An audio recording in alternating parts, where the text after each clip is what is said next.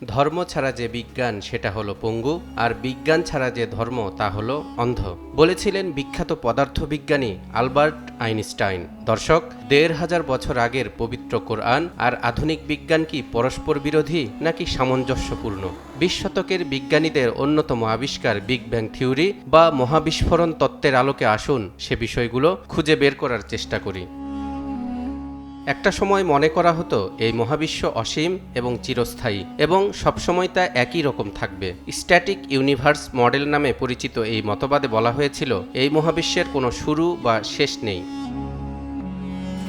কিন্তু আধুনিক বিজ্ঞান বলছে এই মহাবিশ্বেরও একটি সূচনা আছে, একক পয়েন্ট বা বিন্দু থেকে যার সৃষ্টি হয়েছে, এবং সেই বিন্দুর মধ্যে চরম ক্ষমতাসম্পন্ন মধ্যাকর্ষণ শক্তি ছিল যার ভর ছিল শূন্য। তবে ভরের মধ্যে ছিল না কোনো পদার্থ, ছিল না সময়ের কোনো অস্তিত্ব।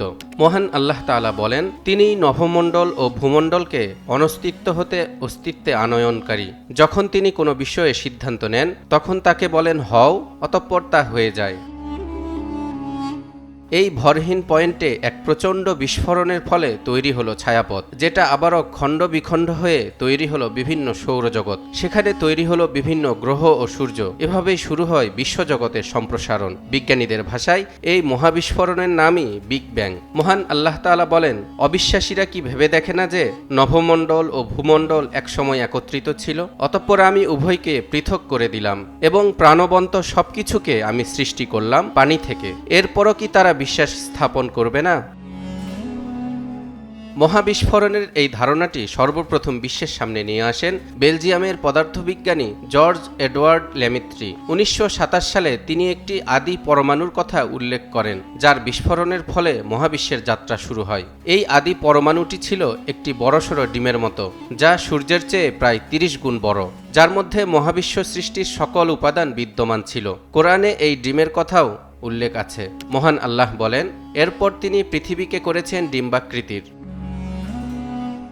এরপর আমেরিকার জ্যোতির্বিদ এডউইন হাবল মহাবিশ্ব সম্প্রসারণের বিষয়টি তুলে ধরেন। ১৯২৯ সালে তার আবিষ্কৃত টেলিস্কোপের সাহায্যে লক্ষ্য করেন বিশ্বজগতের গ্যালাক্সিগুলো পরস্পর থেকে ক্রমশ দূরে সরে যাচ্ছে, অথচ ১৪০০ বছর আগেই কোরআনে এ সম্প্রসারণের তথ্য দেয়া হয়েছে।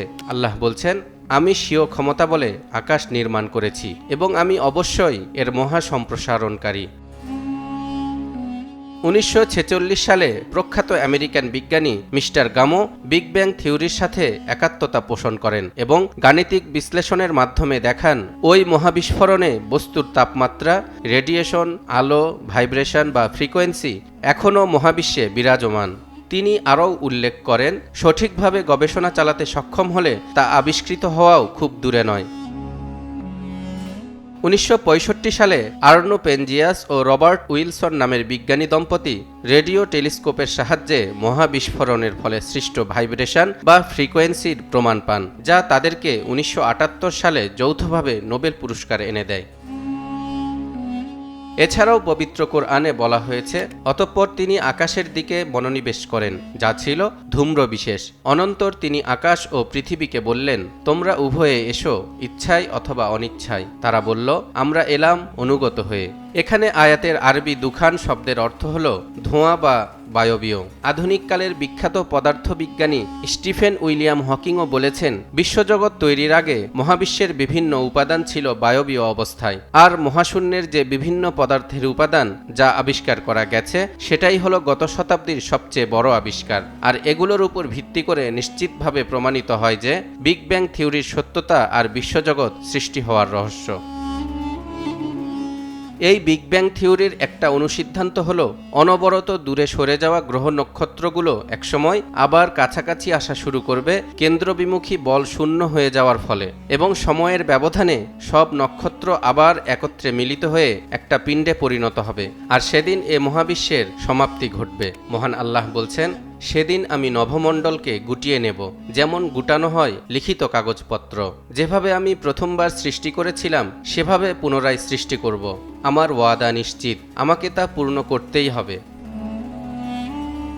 মহাগ্রন্থ আল কোরআন কোনো বিজ্ঞানের বই নয়, বরং নিদর্শনের বই। আর পবিত্র কোরআনে ৬,০০০-এরও অধিক নিদর্শন বা আয়াত রয়েছে, যার মধ্যে ১,০০০-এর অধিক আয়াতে বিজ্ঞান সম্পর্কে বলা হয়েছে। এর মধ্যে এখন পর্যন্ত ৮০% পুরোপুরি সঠিকভাবে প্রমাণিত হয়েছে, বাকি ২০% বিজ্ঞান এখনও আবিষ্কার করতে পারেনি।